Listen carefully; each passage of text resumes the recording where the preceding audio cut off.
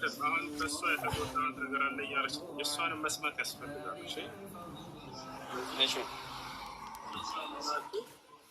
በአቅራቢያቸው የሚገኝ ዝ ወይም ሸፍ ካለ ወደዚያ ጋር የመጣችሁንም ጉዳይ አንሱትና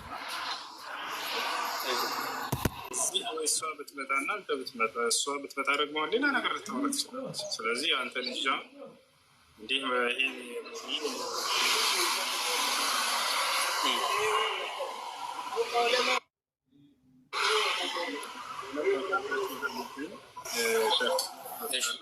ራሱ ሁላ የሁለታችሁ ጉዳይ ነገሯቸው እና እያስፈራላል ምን ማድረግ እንዳለ አንጻር ይነግራቸዋል። ወይንም እዚህ ይዛል በዛ ነው ማለት ነው። እሺ ሰላም አለይኩም።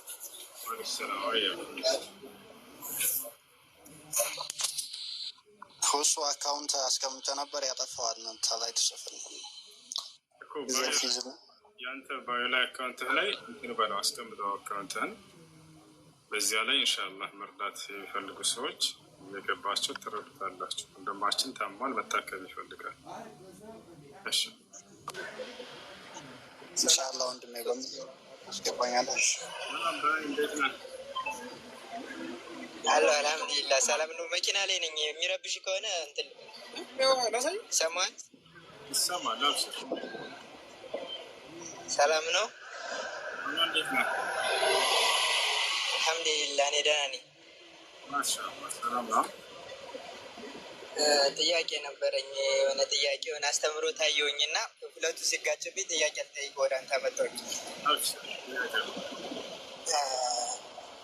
የሰው ልጅ ሲሞት እንደሞተ ነፍሱን መላይካ ይወስዱታል እና በሆነ ነገር ያስቀምጡታል ይላል። ከዛ መቃብር ላይ ደግሞ ጥያቄ ይጠየቃል ይላል። ሁለቱ አይጋጭም? እንዴት ነው እንደዚህ ሊሆን የቻለው? መላይካ ወደ ሰማይ ከወሰደው ደግሞ መቃብር ውስጥ እንዴት ሊጠየቅ ቻለ? ማለት ስጋው ነው የሚጠየቀው ነውስ እንዴት ነው? እስቲ ግልጽ አድርግልኝ።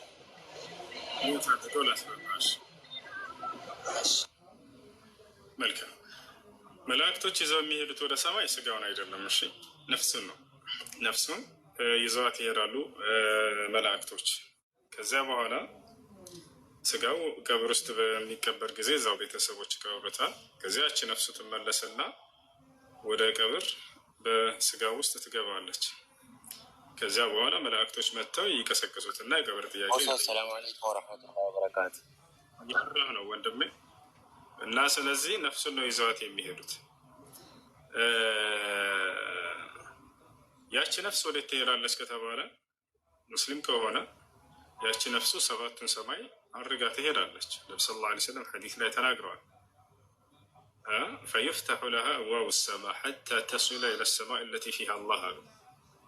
አላህ ወዳለበት ሰማይ እስክትደርስ ድረስ ነፍስ የሰማይ በር እየተከፈተላት ትሄዳለች። የሙስሊም ነፍስ የሰባቱን ሰማይ መላእክት ሁሉ ታያለች፣ ትመለከታለች። የዛኔ ማየት የማንችላቸው ነገራቶች ሁሉ እንድናይ ያደርገናል አላህ። ልክ ልንሞት ስንል መላእክቶችን ዛሬ እናይም አይደል? ልንሞት ስንል እናያለን። አላህ ይህም በቁርአን ላይ ተናግሯል። ሱራ ቃፍ ላይ 2ኛ ገጽ ማየት ትችላላችሁ።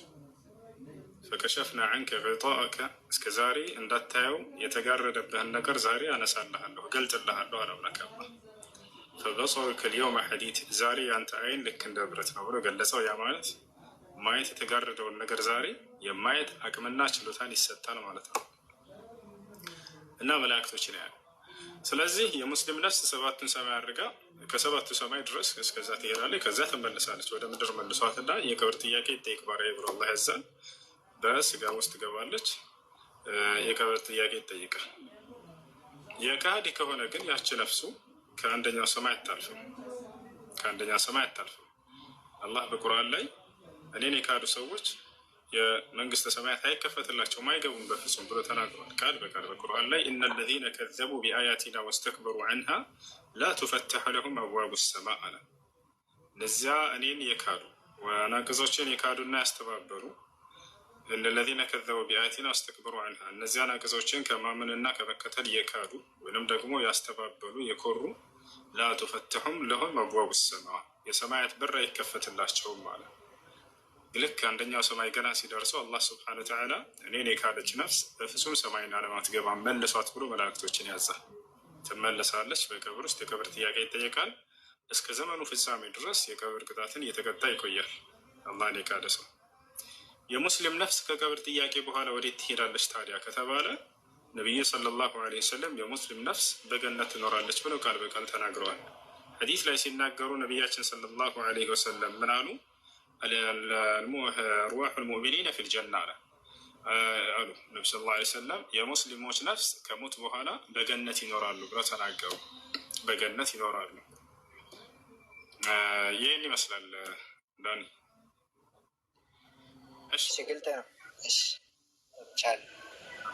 እሺ ሰከነ እሺ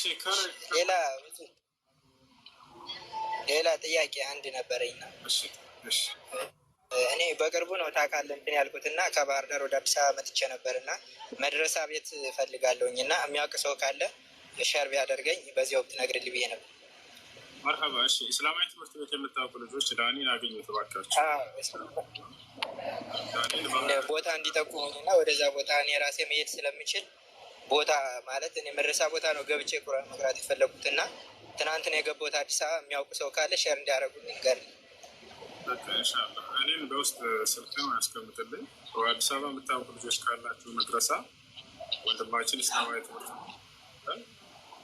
ባለፈው ነው ስልምና የተቀበለው እስላማዊ ትምህርት ቤት ወይም እስላማዊ መድረሳ የምታውቁ ልጆች ካላችሁ አገኘት። ባረከላሁ ፊኩም። እሺ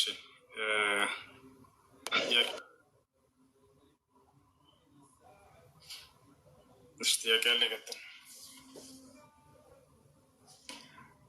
ሄሎ ትስማዑኒ ከላሚ? ሰላም ሰላም ሰላም፣ እንዴት ነህ? እግዚአብሔር ይመስገን። እሺ ጥያቄ ነበረኝ። እሺ ጥያቄ ምንድን ነው? አይ ቲንክ ትላንት ማታ ገብቼ ነበር እና ስልክም እየተደወለብኝ ስለሆነ አልተመቸኝም እና በኢየሱስ ክርስቶስ አምላክነት ላይ ስታወራ ነበር እና እዛ ላይ ያነሳው ጥቅስ ነበረ። ኢየሱስ ክርስቶስ ምንድነው ምን እንደሆነ ተናግሯል። እሱ ከራሱ እስኪ ምንድነኛ አለ ኢየሱስ። ኢየሱስ ጌታ ነው። ኢየሱስ ክርስቶስ እኔ ሰው ነኝ ብሏል አይደለ? ሰው ነው። ጌታም ነው። ጌታ ማለት ነው ማለት ነው እንደ መጽሐፍ ቅዱስ። የኢየሱስ ክርስቶስ ጌትነት ምን አይነት ጌትነት ነው ይላል መጽሐፍ ቅዱስ? ገዥነት፣ አለቅነት እንጂ መለኮታዊ ጌትነት አይደለም። መለኮታዊ ጌትነት አይደለም። በመደረግ የተገኘ ጌትነት የሹመት ጌትነት ወይም የስልጣን ጌትነት እንደሆነ መጽሐፍ ቅዱስ ይናገራል። ከነብያችሁ ጌታ የተባላለ እናንተ ጋር? አዎ እንደውም የዓለም ጌታ ነው። እሺ ኢየሱስ ክርስቶስ ስለዚህ ጌታ እንደሆነ ታምናለህ አንተ? ስልጣን ማለት እኮ ነው፣ ሹመት ማለት ነው አልኩህ። በዚያም ከእኛ ዘንድ የተባላለው ያው ነፋሉ፣ ግን እኛ የስልጣን ሹመት በህዝቦቻቸው ላይ አለቃ መደረጋቸው ነው። የሕያ የሚባለውን ነቢይ ወይንም ዮሐንስን አምላክ አላህ ስብሐነ ወተዓላ በሱራ አልዕምራን ላይ ጌታ ብሎ ጠርቶታል። ጌታ ማለት ግን አለቃ ማለት ነው። ወሰይደን ወሐሱረን ወነቢየን ሚነ ሷሊሒን ይለዋል። ወሰይደን ወደ አማርኛ ጌታ አድርገዋለሁ ልጅህን አለው ዘከርያስን። ገባ? ስለዚህ ጌታ ማለት ግን አምላክነት አይደለም፣ ለህዝቦቹ አለቃ ማለት ነው። ነቢያት እንደሚታወቀው ለህዝቦቻቸው አለቃ ናቸው። ማን የሾማቸው ይሄን አለቅነት ከተባለ አምላክ ነው። ነቢዩ ሙሐመድ ሰለላሁ ዐለይሂ ወሰለም ደግሞ ለዓለም እንደመላካቸው መጠን አነ ሰይድ ወለደ አደም አሉ። እኔ የአደም ልጆች ሁሉ አለቃ ነኝ። ግን ቃሉን ሂዳ ብተረጉሙ ልክ ኢየሱስ ክርስቶስ ለሱ በተነገረው መልኩ እኔ የዓለም ጌታ ነኝ ብለው ተናግረዋል። ልብ በሉ እዚህ ጋር ጌታ ሲባል የዓለም አለቃ ማለት ነው። ለዓለም ህዝብ እንዳለ የተሾሙ ናቸው ነቢ ሰለላሁ ዐለይሂ ወሰለም በነቢይነት ማዕረጋቸው። እኛ ግን ይሄ መለኮታዊ ጌትነት እንዳልሆነ እንረዳለን። ለምን ከተባለ ከአንድ አምላክ በስተቀር መለኮታዊ ጌትነት ያለው የለም። ይሄን ይዘን እኛ ጌታ ናቸው ነቢይ ሙሐመድ ብለን ጓንልም ትርጉሙ እንረድ ምን ለማለት ፈልጎ ነው መጽሐፍ አምላክ ቁርአን ላይ ምን ለማለት ፈልጎ ነው እንላለን። አያርና መለኮታዊ ጌትነት የማን ነው ከተባለ አምላክ ራሱ የኔ ብቻ ነው አለ። ረቡ ሰማዋት ወልአርድ ወማ በይነሁማ የሰማያት የምድር ጌታ እኔ ነኝ አለ አላህ። ኢየሱስ ክርስቶስ መጽሐፍ ቅዱስ ላይ የሰማያት የምድር ጌታ አባት ሆይ አንተ ብቻ ነህ አለ። አያርና ስለዚህ ኢየሱስ ክርስቶስ የምን ጌታ ነው ከተባለ ለእስራኤላውያን ሰዎች ጌታ፣ ለነሱ አለቃ ተደረገ ማለት ነው። ለነሱ አለቃ ተደረገ። የሐዋርያት ሥራ ምዕራፍ 2 ቁጥር 36 ላይ ያለ እስራኤል ሰዎች እግዚአብሔር ጌታ አደረገው ይላል። ዮሴፍ ከእርሱ በፊት ለግብፅ ሀገር ጌታ ተደርጎ ነበር። ኦሪት ዘፍጥረት ምዕራፍ 45 ቁጥር 9 ላይ እግዚአብሔር ዮሴፍን በግብፅ ሀገር ላይ ጌታ አደረገው ይላል። ፈርዖን አምላክ ነበር። ማን ነው? ይቅርታ፣ ሙሴ አምላክ ነበር። አምላክ ተደርጓል። ማን ያደረገው? እግዚአብሔር። ለማን? ለፈርዖን ለተላከበት ህዝብ ማለት ነው። ኦሪት ዘጸአት ምዕራፍ 7 ቁጥር 1 ላይ እግዚአብሔር ለሙሴ ምን አለው? እኔ ለፈርዖን አምላክ አድርጌሃለሁ አለው። ኦኬ፣ አምላክ ነው ማለት ነው? ለስልጣን ነው፣ ሹመት ነው። ስለዚህ ጌትነትና አምላክነት፣ እውነተኛ መለኮታዊ ጌትነትና አምላክነት ለአንዱ አምላክ ብቻ ነው። በመደረግ ያገኙት፣ በስልጣን በሹመት ያገኙት ከሆነ ግን ያለ ነብያት ይሰጣል። ነብያቶች በዚያ ስም ይሰየማሉ። ይሄ ነው። ስለዚህ ኢየሱስ ክርስቶስ ጌታ እንደሆነ ታምናለህ አንተ? በፈጣሪ አይምሮ የለም እንደ ፈጣሪ እንዲህ እንድናገርህ ነው የምትፈልገው? እያስረዳው እየደጋገምኩ ምን አይነት ጌትነት ነው አልኩ? አይ አይደለም፣ ምንም አይነት ጌትነት ይሁን ጌታ እንደሆነ ታምናለህ? እንደሱ አይደለም። አዳምጥ፣ ህፃን ልጅ ነህ እኮ ጌታ እንደሆነ ታምናለህ አንተ? ምን ማለት ነው ጌታ ማለት አልከኝ? ትርጉሙ እኮ ምንም ይሁን በሰው ላይ የሚሆን በምድር ላይ ጌታ እንደሆነ ግን ታምናለህ? ለአናነት አንተ ያሰብከው አሁን እየመለስክ እንዴ ጌታ ነው እያልክ እኮ ነው። እንደ ትልቅ ሰው ታወራለህ እኮ። እንደ ትልቅ ሰው ነው እኮ እያወራ ያለሁት። በቃ ምን እንዳልኩ ድገምላቸው እስኪ። ድገማ ያልኩት ያልከው ምንድን ነው? አምላካዊ ጌትነት አይደለም ወይም መለኮታዊ ጌትነት አይደለም አልከኝ አይደለ? ተደርጎ ነው። ማን ያደረገው? ፈጣሪን ያደረገው አልከኝ። ፈጣሪን ያደረገው ከሱ በፊት ማን ጌታ እንዳልኩኝ ከሱ በፊት ማን ጌታ ያደረጋቸዋል? ሙሴ ጌታ ተብሏል፣ ተደርጓል አልከኝ። ሙሴ ጌታ ነው ማለት ነው? አይ ቆይ ቀስ በል ቀስ በል አትለኝ ማለት ነው። ሙሴ ጌታ ነው አይደለም? እነ ዮሴፍ ለማን የተደረገው? ኢየሱስ ለማን ነው ጌታ የተደረገው? ለዓለም። ለእስራኤል አይደለም ነው። ማስረጃ ልስጥህ። ለዓለም ለእስራኤል ነው። ማስረጃ ልስጥህ። እሺ፣ የሐዋርያት ሥራ ምዕራፍ 2 ቁጥር 36 እሺ፣ የሐዋርያት ሥራ እናወጣዋለን። የሐዋርያት ሥራ ምዕራፍ ስንት? ምዕራፍ 2 ቁጥር 36 እዛው ጌትነትን ሲናገር በመደረግ የተገኘ 2:36 ሰዎች እንደሆነ ይነግርሃል። በጣም ስፈልግ ነበር ባይዘው ያንተን ዛሬ ድሉን ስላገኘሁ ጌታዬን አመሰግናለሁ። በጣም ደስ ብሎኛል። ስለዚህ አልሐምዱሊላህ። መነጽርህን ትገለብጣለህ ዛሬ፣ ችግር የለውም። እሺ 2 ስንት? 2:36 2:36 እሺ 2:36 2:36 እንግዲህ ይህንን እናንተ የሰቀላችሁት ኢየሱስ ክርስቶስ ጌታ መሲህ እንዳደረገው የእስራኤል ሕዝብ ሁሉ በእርግጥ ይወቅ ይላል። አዎ ኢየሱስ ክርስቶስ ጌትነቱን በመደረግ ነው ያገኘው አይደለም። ለማን ያደረገው? አንድ በመደረግ ነው ያገኘው። እሱ ስለሚቀድም አይደለም። እሱ አይደለም የሚቀድመው። ያወጣውን ጥቅስ መጀመሪያ ያወጣውን ጥቅስ አስረዳ። ስለዚህ እርሱ የሚቀድመው የእስራኤል ከማለቱ በፊት በመደረግ የተገኘ ጌትነት መሆኑን ቀድሞ ይናገራል። ስለዚህ ይሁን በመደረግ ነው ይሁን። ስለዚህ በመደረግ የተገኘ ጌትነት የስልጣን የሹመት ጌትነት ነው አይደለም? ለማን ነው? እሱን እዛው ላይ ለእስራኤል እንደሆነ ይናገራል። የእስራኤል ወገን ሁሉ ይወቅ። ይኸው አነበብኩልህ። ለእስራኤል ተደረገ ይላል። ለእስራኤል እንደሆነ እዚያው ጋር አውዱ ላይ ይናገራል። የማን ወገን እንደው የት አለ? ይኸው እያነበብኩላችሁ ነው። ስሙ፣ ምን እንደሚል ስሙ። ይኸው ስሙ። አረ ሁሌ እያሰማቸው ነው፣ እየነገርኳቸው ነው። አዲስ አይደለም ላንቺ። እሺ እንግዲህ ይህን እናንተ የሰቀላችሁትን ኢየሱስን እግዚአብሔር ጌታ መሲህ አደረገው። የእስራኤል ሕዝብ ሁሉ በእርግጥ ይወቅ ይላል። ጌታም ክርስቶስም አይደለ? አዎ። ስለዚህ ጌታም ክርስቶስም በመደረግ ያገኘው ስልጣን ናቸው እነዚህ ሁለቱ አይደለ? ለማን ያደረገው? መደረጉን እመንና ከዛ ወደ ማን የሚለው እዛው ላይ አምኛለሁ። ስለዚህ በመደረግ የተገኘ ጌትነት ወይንም ክርስቶስነት መለኮታዊነት ባህሪ ነው ብለህ ታምናለህ አንተ? እሱን ቶ ወደዛ አታስቀይሰው። እዚህ ጥቅስ ላይ ለእስራኤል ያልከውን አውጣ። አንተ አውጣ። እዛው ላይ ለእስራኤል ይላል። አንብበው።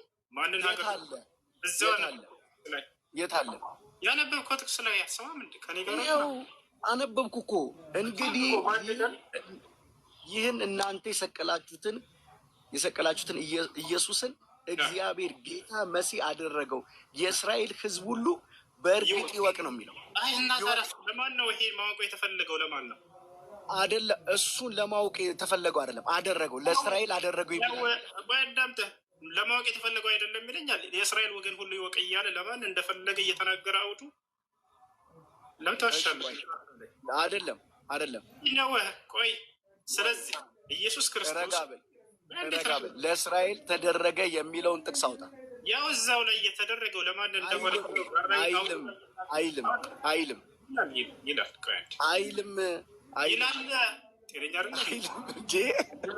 እኔ አረ እያነበብኩ ያለሁት አንተ እንኳን አታስተውልም? ትንሽ አታስተውልም? እንዲያውቁ የተፈለገው ማናቸው? ተናገር። የእስራኤል ሕዝብ ይወቅ ነው የሚለው። አይዋ ስለዚህ እስራኤል የሚባለው ዓለም ነው አይደለም?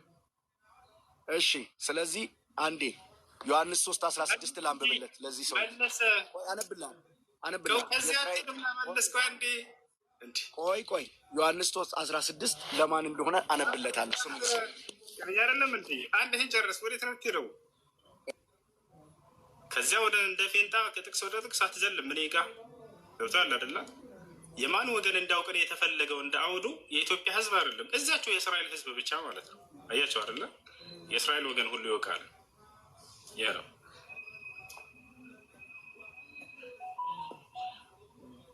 የተናሰ እናውራ።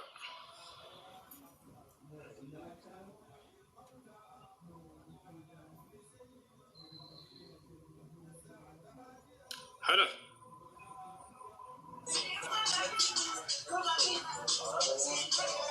ሄሎ ሄሎ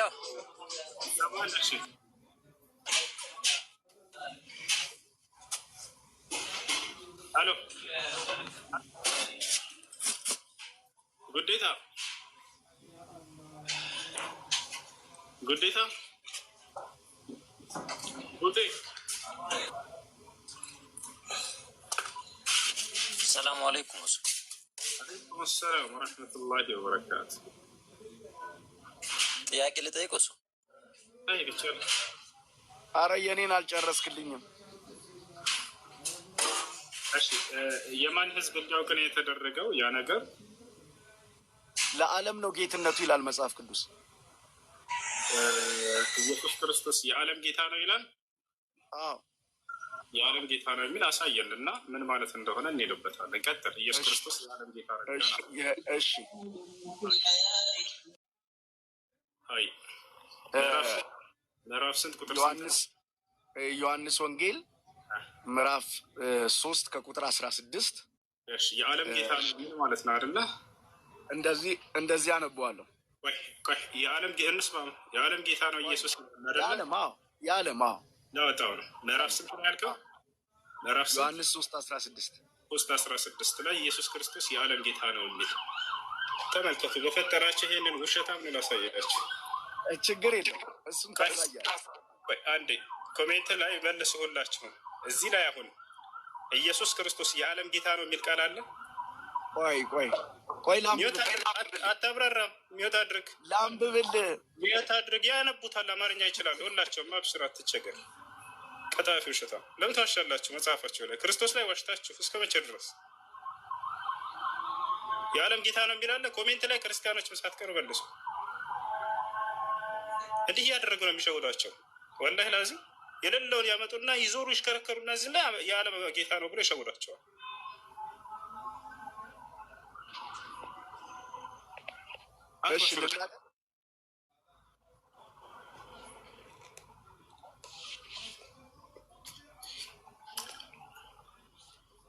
ክርስቶስ ላይ ዋሽታችሁ ወላሂ በጣም ነው የምትጠሉት። ብትወዱት ኖሮ አትዋሹበትም ነበር። ምክንያቱም ኢየሱስ ክርስቶስ መጽሐፍ ቅዱስ ላይ ብትወዱኝ ትእዛዜን ትጠብቃላችሁ ነው ያለው። የማይወድ ሰው በክርስቶስ ላይ ይዋሻል። እኛ በጣም ስለምንወደው አንዋሽበትም ያለውን ቃል በቃል እናስቀምጣለን። ከእናንተ በላይ ክርስቶስ እንወደዋለን እንደ መጽሐፍ ቅዱስ ራሱ ብንሄድ ማለት ነው። ምክንያቱም እኛ በእርሱ ላይ አንዋሽም። ያለውን ብሏል ብለን እንናገራለን፣ ያላለውን አንልም። እናንተ ግን የሌለ ነገር እየፈጠራችሁ የሆነ ጥቅስ ታመጡና በዛ ላይ እየተሽከረከሩ ክርስቶስ እንዲህ ብሏል ብላችሁ ተዋሹበታላችሁ። ሌሽ ለምን በእርሱ ላይ መዋሸት አስፈለገ? አላህ ነው ስታ አይሸውዳችሁ። ወላሂ መምህሮቻቸው አይሸውዳችሁ። ክርስቶስ አምልኩኝ አላለም። ክርስቶስ መልእክተኛ ነው፣ የተከበረ ነቢይ ነው፣ ሰው ነው። በአምላክና በሰው መካከል ያለ መልእክተኛ ነው። እሺ ጥያቄ ያለ ይቀጥል።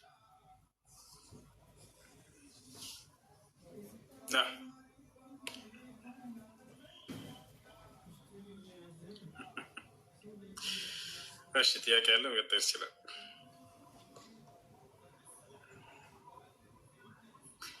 እሺ ጥያቄ የሌላቸው እንደወረች ብስምላህ ሰላቱ ወሰላም አላ ረሱሉላህ ሰለላሁ ዐለይሂ ወሰለም። ሰላም አለይኩም ወረህመቱላህ። እሱና እንዴት ነህ? ወአለይኩም ሰላም ወረህመቱላህ ወበረካቱ። ከሁለት ቀን በኋላ እንግዲህ ሰዓት አላፊ ሆኜ ነው የገባው። ዛሬ እባክህ ምንድን ነው ተራ በቃ ለመጠበቅ በጣም የሚገርመው 3 ሰዓት ይፈጃል እንዴ? መርሐባ መርሐባ መርሐባ አብሽር ነው መስተካከል አለበት። የአድሚኖች እውነትን ሌላ ሩሞች ይገባለሁ፣ ግን የአንተ ሩም በጣም አድሚኖች ደካሞች ናቸው። ከምሬ ነው ሄደች አሁን ደጋግመዋል። በጣም መስተካከል አለበት። እስቱ አንተ ብቻ ነው የምትደክመው አይቼዋለሁ። እና ኤኒዌይ ወደ ጥያቄ ልግባ። እስቱ ጀዛከላሁ ኸይር ኢንሻአላህ። እንዴት ነው አይኑም ደግሞ ተሻለ አይደል? የተሻለ ነው አልሐምዱሊላህ። አብሽር አብሽር አብሽር። እኛማ ስንት ባሪያዎች እያሉማ ምንም አትሆንም። አብሽር አላህ ያነሳው ኢንሻአላህ። አንድ ጥያቄ እና ሁለት ያለኝ ይሄ ነቢያችን ሰለላሁ ዐለይሂ ወሰለም እኔ እሞቶች ስል በ73 ይከፋፈላሉ እና አንዷ ብቻ ነች፣ ሌሎቹ አዛብ ነው የሚገቡ ስለ እስልምና ነው እና እነዛ 73 የሚባሉት አሁን በአሁን ጊዜ የምነሳው እንደ ሀባሽ አይነቶችም አሉ፣ ቅጽፈት ውስጥ የገቡ አሉ። እስቲ በዚህ ላይ ትንሽ ሰፋ ኢንሻአላህ ባጭሩ። እሺ ነብዩ ሰለላሁ ዐለይሂ ወሰለም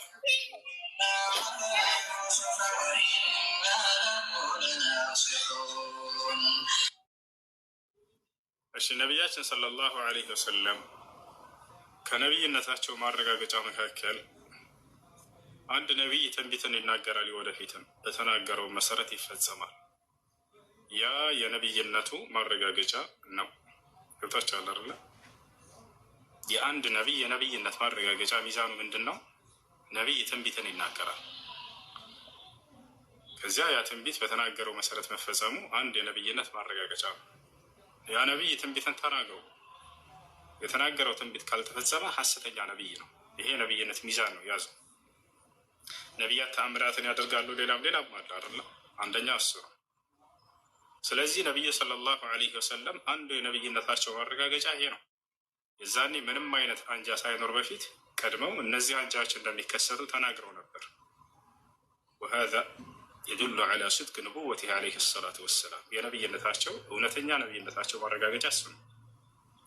ለሰሃቦች በጊዜው በጣም ግር ብሏቸው ነበር። ምክንያቱም በሰዓቱ የለምና ይሄ ነገር፣ ወደፊት ግን ይሄ ይሆናል ብለው ቀድመው እርሳቸው በትንቢት መነጽራቸው አይተው ተናግረዋቸው ነበር። እንዳሉትም ዛሬ ተከሰቱ።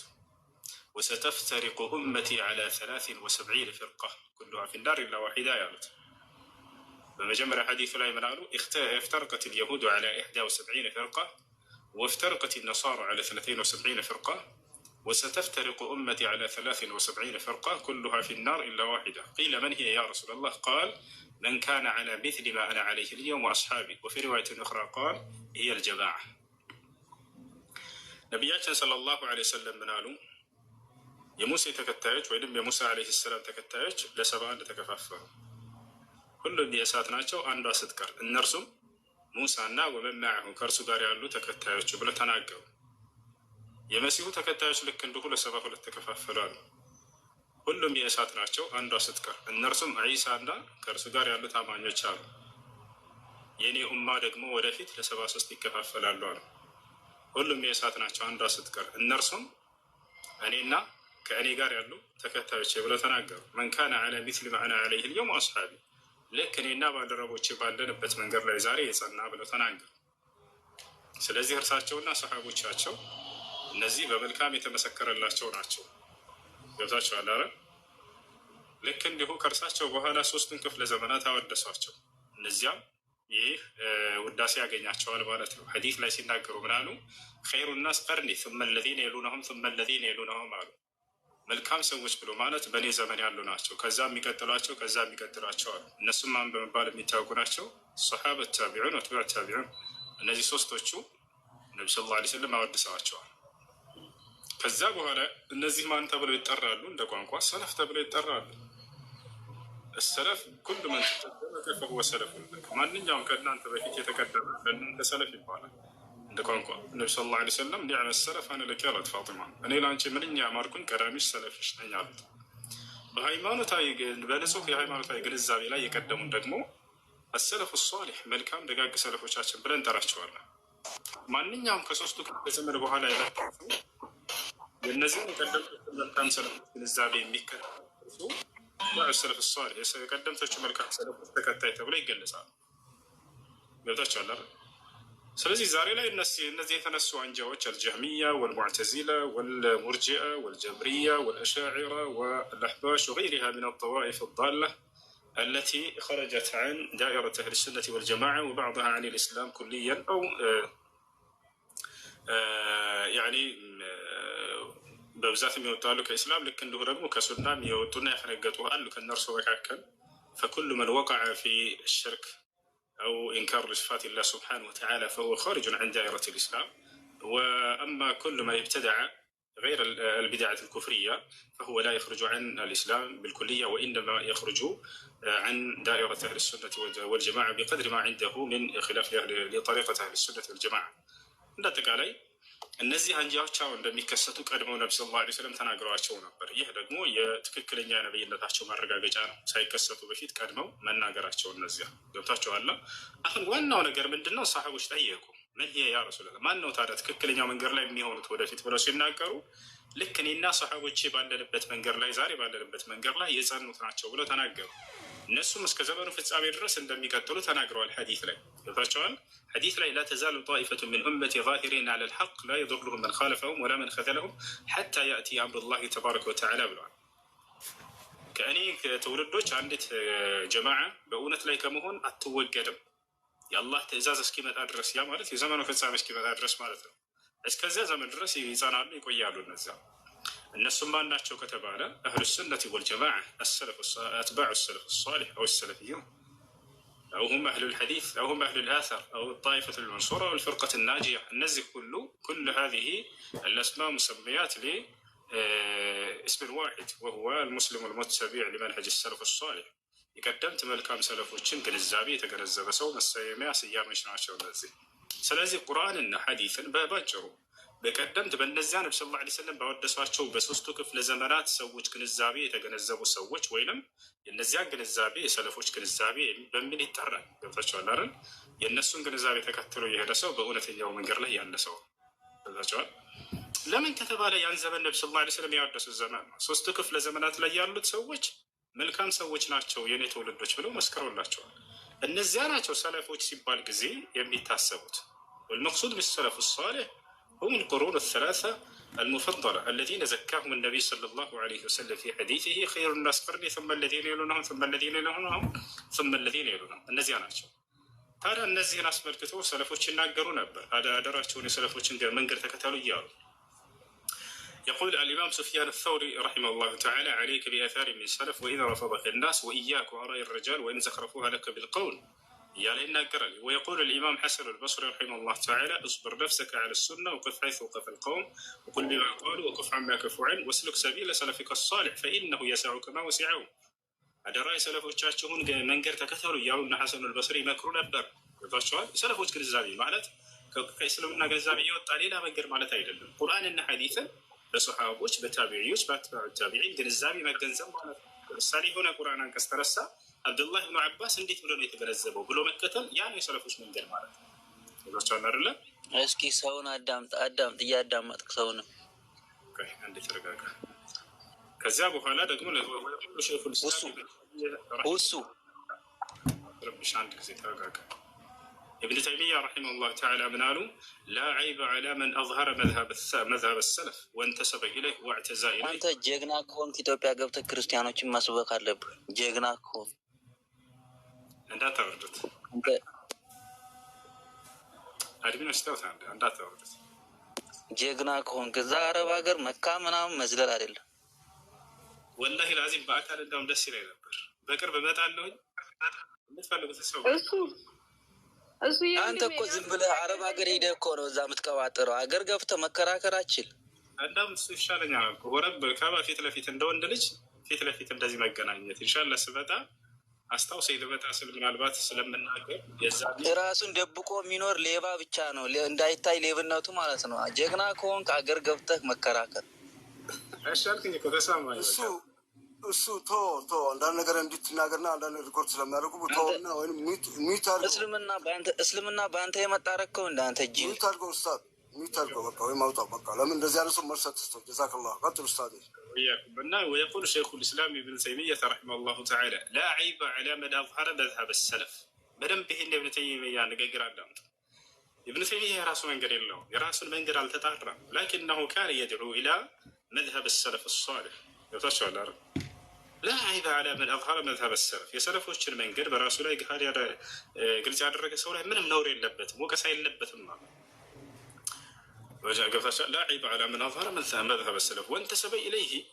ራሱን ወደዚያ ያስጠጋን የሰለፎችን መንገድ እከተላለሁ ያለ ሰው ላይ ምንም ነውር የለበትም ማለት واعتزى إليه بل يجب قبول ذلك منه بالاتفاق። ይሄን ከእርሱ መቀበል እንዳውም ግድ ይላል በዑለሞች ስምምነት መሰረት لأن مذهب السلف لا يكون إلا حقا። የሰለፎች መዝሀብ መንገድ እውነት እንጂ ሌላ በፍጹም ሐሰት ሊሆን አይችልም እና ይሄ ነው ገብታችኋል አይደል? أنا أنصحكم باتباع مذهب السلف فهم الدين ሃይማኖትን በመገንዘብ ረገድ ላይ የሰለፎችን ግንዛቤ መገንዘብ ግድ ይላል። ሰለፎች ሲባል ሰሃቦች ናቸው፣ ሌላ ነገር አይደለም። ታቢዒዎች ናቸው፣ አትባዕ ታቢዒ። እነዚህ ሶስቶቹ መልካም ክፍለ ዘመን ላይ የነበሩት ነብዩ ሰለላሁ ዐለይሂ ወሰለም ስባው ያወደሷቸው አደራ የእነዚህ መንገድ መልካም መንገድ ነው ብለው በአንደበታቸው የተናገሩላቸው የነዛን ግንዛቤ መከተል። ከዛ በኋላ ሰዎች ያመጧቸው የቢድዓትና የኹራፋቶችን መንገድ የሽርኮች መንገድ አደራ ተጠንቀቋቸው። ከዚያ በኋላ መጥተው አዲስን ግንዛቤ የሚፈጥሩላቸው ካሉ إذا كان هذا الفهم السقيم يخالف مذهب السلف فعليكم بالتجنب عنه والابتعاد عنه. وقد نصح السلف الصالح باتباع مذهب الصحابة والتابعين ومن جاء بعدهم من الأئمة المعتبرين. هنا الشيخ أمين عندنا السلام ጀዛከላህ እስቱ አላህ ይጨምርልህ። እኛም በሰማነ መንጠቀም ላድርግ ኢንሻአላህ። አሚን ካለ ይቀጥልና ያው አንድ ሁለት ይቀረኛል ኢንሻአላህ። ቀጥሉ። መርሐባ እሺ አሜን አለሽ።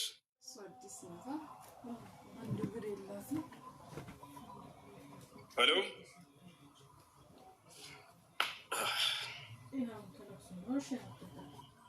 ወለችም መሰለኝ ፕሊስ ጌስት ሰዎች ከገባችሁ ሬዲ ሁኑ ወንድሞችና እህቶቼ ኢንሻአላህ። ያው ስትገቡ ያለችበት ቦታ ተቀበሉ።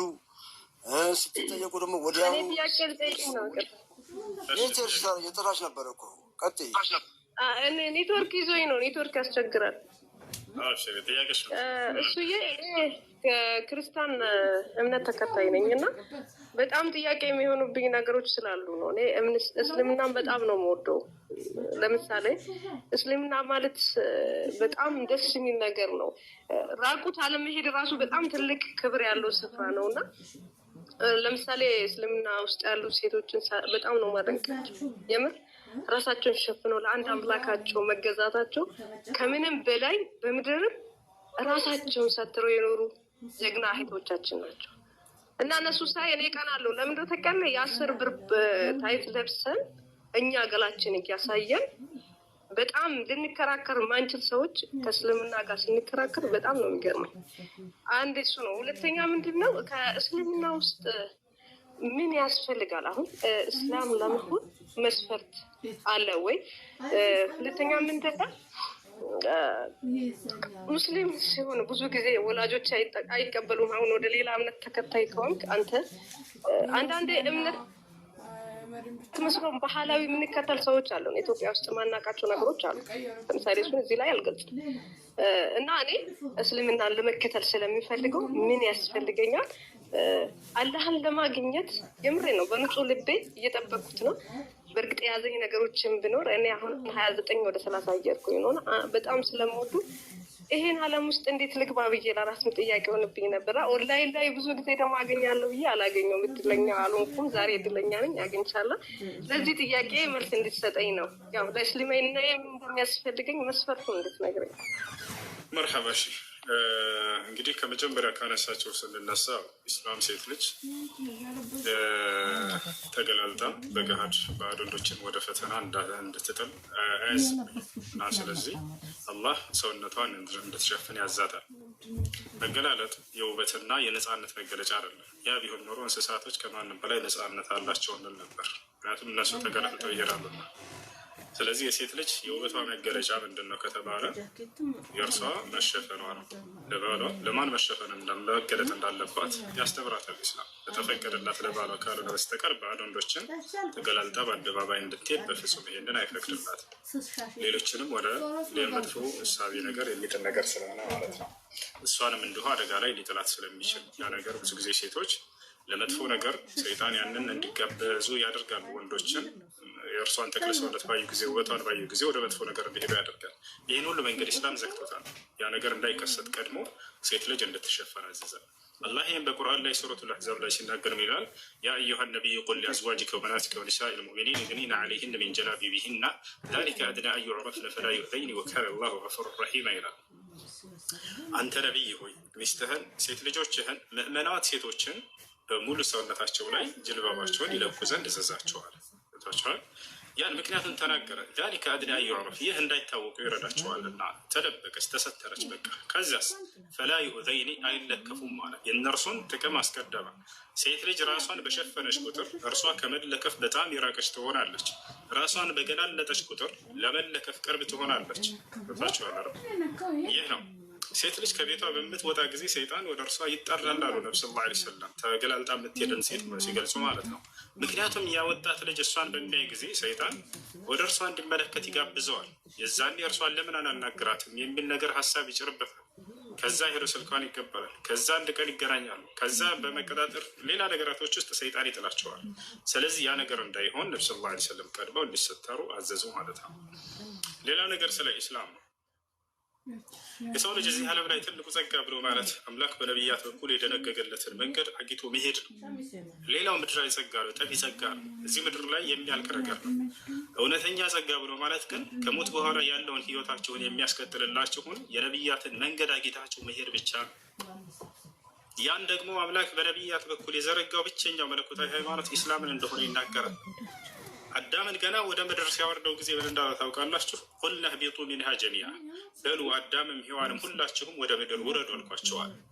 ከዚያ ዳግም ወደ ገነት የሚሄዱበትን መንገድ ነገራቸው። ግን ፈኢማ የእትየነኩም ሚኒ ሁደን አላቸው፣ ከእኔ የሆነ አንድ ቅኑ መንገድ እልክላችኋለሁ። ያን በሚመጣላቸው ጊዜ ፈመን ተቢዐ ሁዳየ ፈላ ኸውፉን ዐለይሂም ወላ ሁም የሕዘኑን፣ ያን ቅኑ መንገድን ኢስላምን የተከተለ ከእናንተ በእናንተ ላይ ምንም ፍርሃትና ሀዘን የለባቸውም፣ የዘላለምን ደስታ ታገኛላችሁ አላቸው። ያን ቀኑ መንገዱን ኢስላምን ያስተባበሉ ሰዎችስ ወዴት እንደሚሄዱ ነገራቸው። ወለዚነ ከፈሩ ወከዘቡ ቢአያቲና፣ እነዚያ ግን ቀኑ መንገድን የካዱና ያስተባበሉ ሰዎች ኡላኢከ አስሓቡ ናር፣ እነዚህ የእሳት ሰዎች ናቸው ከሞት በኋላ። ሁም ፊሃ ኻሊዱን፣ እነርሱ በእርሷ ውስጥ ለዘላለም ዘውታሪ ይሆናሉ አለ አምላክ። ይህን ለአዳም የገባውን ቃል ኪዳን በየዘመናቱ ቃሉን ፈጸመ። ምን አደረገ? ከአዳም ልጆች ነቢያት የሚባሉን እየመረጠ ያን ቀኑ መንገዱን ኢስላምን እያስያዘ ላካቸው። ያንንም ለትውልዶቻቸው ሁሉ አስተማሩ። የምትድኑበት መንገድ ይህን መንገድ መከተል ነው አሏቸው። የእስልምና ሃይማኖት ምንድን ነው የሚያስተምረው ታዲያ ከተባለ የመጀመሪያው አስተምህሮት ስለ አምላካቸው እንድታውቁ ነው። ያን አንዱን አምላክ በብቸኝነት እንድታመልኩ ነው። ለዚህም ነው ኖህን ሲያስረሳው ጊዜ ምን አለ? ኖህ ሲያስተምር ወለቀድ አርሰልና ኑሐን ኢላ ቀውሚሂ ፈቃለ ያ ቀውሚ ዕቡዱላህ ማ ለኩም ሚን ኢላሂን ገይሩ። ኖህንም ወደ ህዝቦቹ ልኬዋለሁ አለ አምላክ። አላህ ሲያስተምርም ምን አላቸው? ህዝቦች ሆይ ዕቡዱላህ አላህን በብቸኝነት ተገዙ፣ አንዱን አምላክ። ማለኩም ሚን ኢላሂን ገይሩሁ፣ ከእርሱ ከአንዱ አምላክ በስተቀር ሌላ ማንም የላችሁም አላቸው ይላል። ከዚያ በኋላ ሁድን አስነሳው። ወኢላ ዓድን አኻሁም ሁዳ ቃለ ያ ቀውም ዕቡዱላህ ማ ለኩም ሚን ኢላሂን ገይሩህ። ህዝቦቹን ምን አላቸው? ሁድ የተባለው ነቢይ ህዝቦች ሆይ አላህን በብቸኝነት ተገዙ፣ ከእርሱ በስተቀር ሌላ ማንም አምላክ የላቸውም አላቸው። ከዚያ በኋላ ሷሊሕን አስነሳው። ወኢላ ሰሙድ አኻሁም ሷሊሓ ቃለ ያ ቀውም ዕቡዱላህ ማ ለኩም ሚን ኢላሂን ገይሩህ።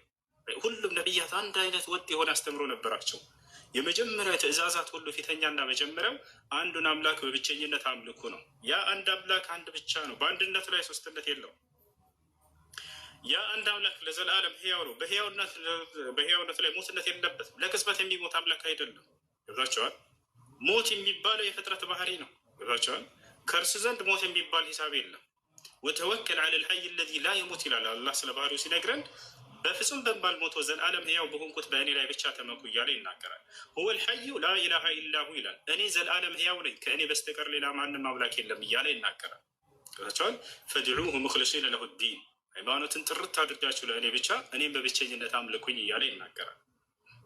ይህ ነው መሲሁም ሲመጣ ይሄን ያስተማረው። ወቃለ ልመሲሁ ያ በኒ እስራኤል አዕቡዱላህ ረቢ ወረበኩም። አላህ ምን ይላል በሱረቱል ማኢዳ ላይ ቁጥር 72 ላይ ክርስቶስም አላቸው ይላል፣ እናንተ የእስራኤል ልጆች ሆይ የእኔንም የእናንተንም ጌታ የሆነውን አላህን በብቸኝነት ተገዙ አላቸው ይላል። ከዛሊክ ልክ እንደ ሁሉም ነቢያት ይሄን ያስተማሩት። አብርሃም ይሄን ያስተማረው ወኢብራሂም ኢዝ ቃለ ሊቀውሚሂ ዕቡዱላህ ወተቁህ። አብርሃም ለህዝቦች ምን አላቸው? ህዝቦች ሆይ አላህን በብቸኝነት ተገዙ፣ እርሱንም ብቻ ፍሩት። የምታውቁ የምታገናዝቡ ብትሆኑ ይሄ ነው ለእናንተ የሚሻላችሁ አላቸው ይላል። እና ይህ ነው ነቢዩ ሙሐመድንም ሲያስነሳ አላህ ስብሐነሁ ወተዓላ ዐለይሂ ሰላቱ ወሰላም ይህን የነቢያት መንገድ አዲስ ለህዝብ ነው ያላቸው፣ ሌላ አይደለም። ምክንያቱም በነቢያት ስም የነቢያትን ትምህርት በርዘዋልና ሰዎች የግዴታ ይሄን ነቢይ ማስነሳት ነበረበት አምላክ። በነቢያት ስም ክርስቶስን ወደ አምላክ ከፍ አድርገው ክርስቲያኖች ይሄን መንገድ አስቀጥለው ነበረ። በነቢያት ስም አንድ አምላክን ወደ ሶስትነት አምላክ አንድ ብቻ ሳይሆን አንድም ሶስትም ነው ብለው ማስተማር ይዘው ነበረ። በነቢያት ስም የአንዱ አምላክ ስለ ኃጢአታችሁ ሙቷል ብለው አስተምረው ነበር። በነቢያት ስም የአንዱ አምላክ ተገርፏል፣ ተሰቅሏል፣ ተገድሏል ብለው እያስተማሩ ነበር። ህዝብም ይሄን አምር እየኖረ ነበር። አምላክ ዳግም ያን የነቢያትን መንገድ ማስቀጠል አለበት እና ነቢዩ ሙሐመድን አስነሳ። ሰላሙ አለይኩም። ይህን እንዳስተምሩ አዘዛቸው። ነቢ ስ ላ ሰለምም ያን የነቢያት ሁሉ ትምህርት መንገድ አስተማሩ። የአብርሃም የኢስሐቅ የያዕቁብን አምላክ አምልኩ ነው የሚለው ቁርአን፣ ሌላ አይደለም። ያ አምላክ አይሞትም። ያ አምላክ አንድ ብቻ ነው። ያ አምላክ ዘላለም ሕያው ነው። ያ አምላክ ሶስትነት የለውም፣ አንድ ብቻ ነው። ይሄን ትምህርት ነው አንዴ እና ይሄን ይመስላል። ወደ ኢስላም ለመግባት የምትፈልጊ ከሆነ እኔ የምለውን ቃል አብረሽ እየተከተልሽ ትያለሽ። እሱም ምንድነው የምትይው? የመጀመሪያው ትእዛዝ የሆነው ስለ አምላክ አንድነትና ብቸኝነት፣ አምላክ አላህ ስብሐነሁ ወተዓላ ከእርሱ በስተቀር ሌላ ማንም አምላክ እንደሌለ መመስከር ነው። ከዚያ በኋላ የነቢዩ ሙሐመድ ሰለላሁ ዐለይሂ ወሰለም ነቢይነታቸውን መቀበል ነው። ከዚያም በእርሳቸው ላይ የወረደውን ህግና ስርዓት እየፈጸመን እስከ ህይወታቸው ፍጻሜ ድረስ መኖር ነው። ከዚያ በኋላ ከሞት በኋላ ጀነትን ሊያስገባን ቃል ገብቶልናል። ያንን አምኖ መቀበል። እሺ ዝግጁ ነሽ?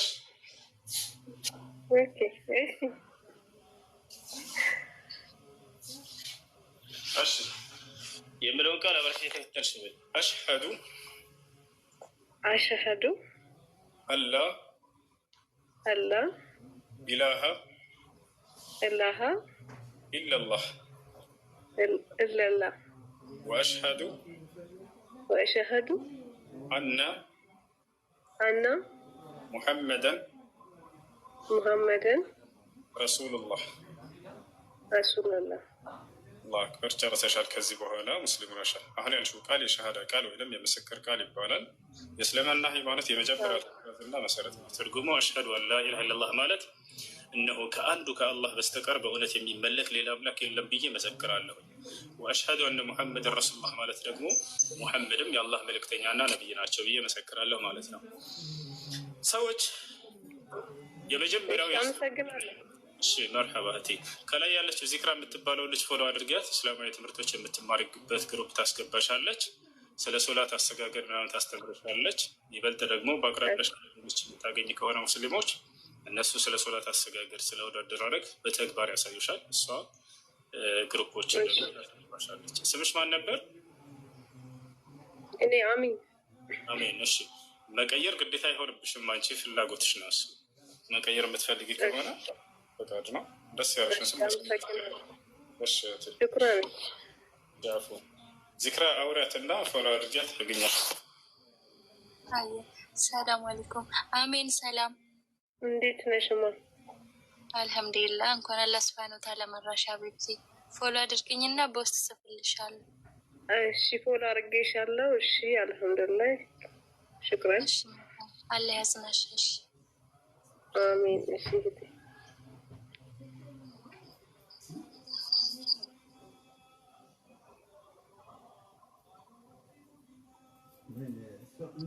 ሰላት ሄደ መሰለኝ እና አቡበከር ካላችሁ ግቡ፣ የምታወሩ ልጆች ክርስቲያኖች ጋር።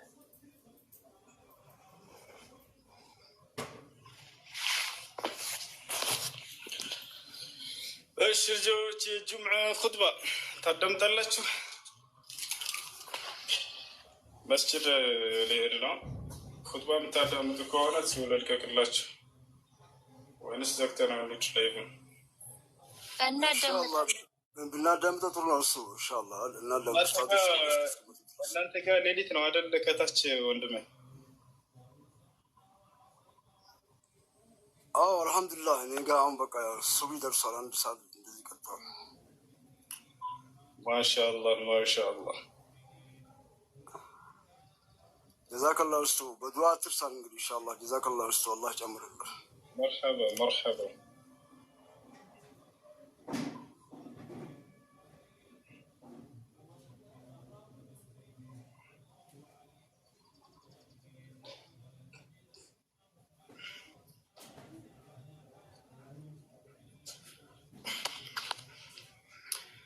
قالوا يا أبانا ما لك لا تأمنا አይኔ እየተሻለኝ ነው። በቃ ትንሽ ነው የቀረው ወላሂ አይደለ ልጆች ችሏል። ማሻአላህ እሱ ብዙ ደግሞ በእጅ ደግሞ አትነካካው። ስበላላ ደግሞ ዝም ብሎ ትንሽ ውሃ ብርጭ አድርግበት፣ በእጅ አትንካው። መርሐባ አላህ አፊያ አድርግልህ። አብሽር። آمين آمين يا رب. قالوا يا أبانا ما لك لا تأمنا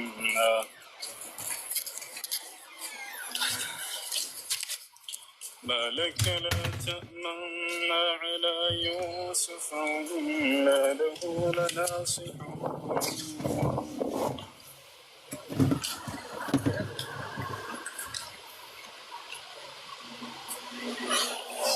أرسله معنا غدا يرتع ويلعب وإنا له لحافظون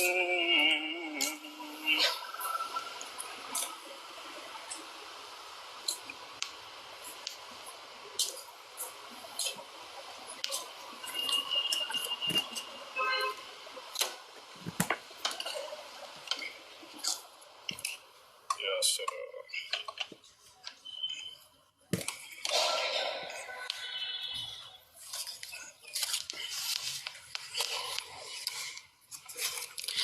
خطبة نسمعنا خطبة تسمعنا تستمعون إلى الخطبة سلا عزة عزيز النفس عزيز النفس عزة النفس የራስ መብቃቃት። ስለዚህ ነው ኹጥባ እስላም በራስ መብቃቃትን በጣም ያበረታታል። ሰዎች ላይ ያለመውደቅ፣ ራስን ሰርቶ ራስን ማስተዳደር፣ በማንኛውም ዘርፍ ላይ ራስን መቻል።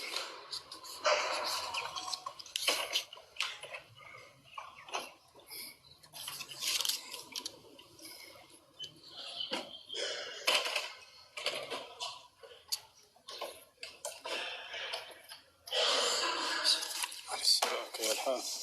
أنت بخير؟ يا معك.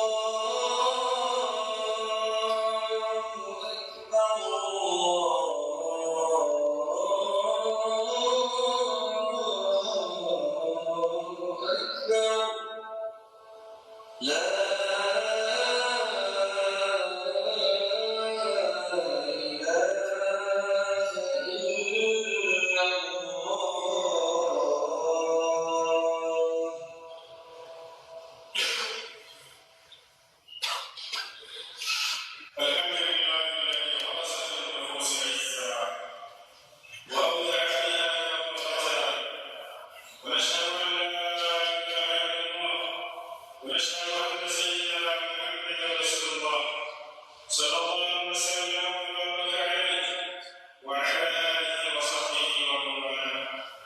أما بعد فأوصيكم عباد الله ونفسي بتقوى الله. قال جل في علاه: يا أيها الذين آمنوا اتقوا الله ولتنظر نفس ما قدمت لغد واتقوا الله إن الله خبير بما تعملون. أيها المؤمنون، إن الله تعالى فضل الإنسان على حب إعزاز نفسه وإكرامها، وجعل ذلك مقصدا من مقاصد نفسها، فمن عرف فنفسه أعزها، ومن أدرك